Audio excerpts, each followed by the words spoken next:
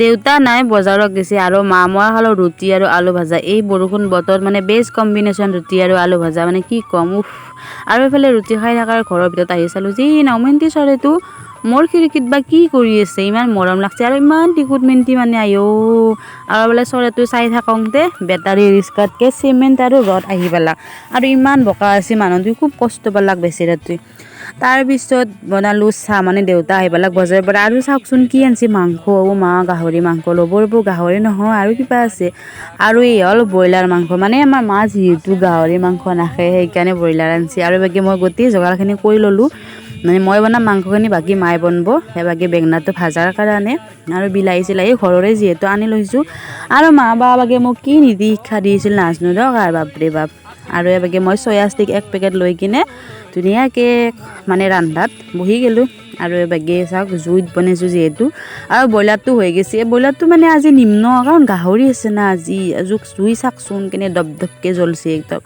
আৰু গাহৰিটো কিনকৈ বনাইছোঁ ভিডিঅ'টো ধুনীয়াকৈ দেখাই আছোঁ আৰু চাই থাকব আজি গাহৰিৰ তেলেদি গাহৰি বনাম মানে মানুহে মাছৰ তেলেদি মাছ ভাজা বুলি যি এটা কথা আছে আজি গাহৰিৰ তেল দি গাহৰি বনাইছোঁ আৰু অলপমান 2 পিচমান প্ৰথমে দি পিছত বাকীখিনি দিছোঁ ধুনীয়াকৈ নিমখ চিমখ দি পিঁয়াজ চিয়াজ দি দিছোঁ জ্বালা চালা আজি মানে বংলা জ্বালাই দি বনাম একদম শেষত দিম বংলা জ্বালাটো আৰু এইখিনি প্ৰথমে ভাজি লৈছোঁ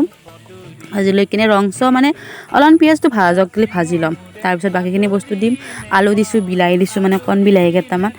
আৰু মোৰ মুখখন দেখি কিনে কিজানি গম পাইছি একদম মানে মই কেনে এটা এক্সাইটেড হৈ আছোঁ বাপৰে গাহৰি খাবৰ কাৰণে বহুত দিন খনাই মানে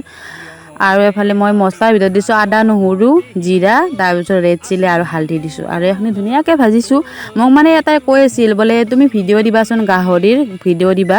এইটো ভিডিঅ' দিলেও তুমি এটা কমেণ্ট দিবা বুলি আশা থাকিল আৰু ভিডিঅ'টো চাবা বুলি আশা থাকিল আৰু শেষত পানী দিছোঁ পানী দি কিনে মই মানে গাহৰিত 2বাৰ পানী দিম কাৰণ 2বাৰ পানী দিলে তেতিয়া গাহৰি মাংসটো ভালকৈ সিজি যাব একদম আৰু তেতিয়া খায়ো ভাল লাগব আৰু এইফালে মোৰ গাহৰি হ'বই আৰু অলপ বাকী আছে আৰু একবাৰ পানী দিলোঁ ইয়াতে বংলা জ্বালাখিনি দি দিছোঁ মানে ইটা দিয়াৰ কাৰণটো হ'ল জ্বালাটো একদম লাগব আৰু শেষত অলপমান গৰম মছলা দিছোঁ আৰু যে আমাৰ এই বংলা ধনিয়াৰ পাতটো আছে সেইটো দি দিছোঁ আৰু ধুনীয়া হৈ যাব এতিয়া মোৰ গাহৰি মাংসখিনি হৈ গ'ল খাবাতো বহুত ভালে লাগছিল কালাৰটো কেনে হৈছে ক'বচোন অলপ ৰঙা জ্বালা দিলে এতিয়া ৰঙা হ'লে হৈ দিয়কচোন আৰু এবাগে দালি মানে এটা মিস্ত্ৰী আছে তেওঁৰ কাৰণে আমি হ'লেও মাংস দিয়ে খাব পাৰিলোঁ কিন্তু বাহিৰা মানুহ থাকিলে এনেকৈ ভাল নালাগে না খাবৰ কাৰণে দিবাৰ কাৰণে তাৰপিছত এবাগে ধুনীয়াকৈ মই ডেক'ৰেট কৰি লৈছোঁ বেঙেনা ভাজা আছে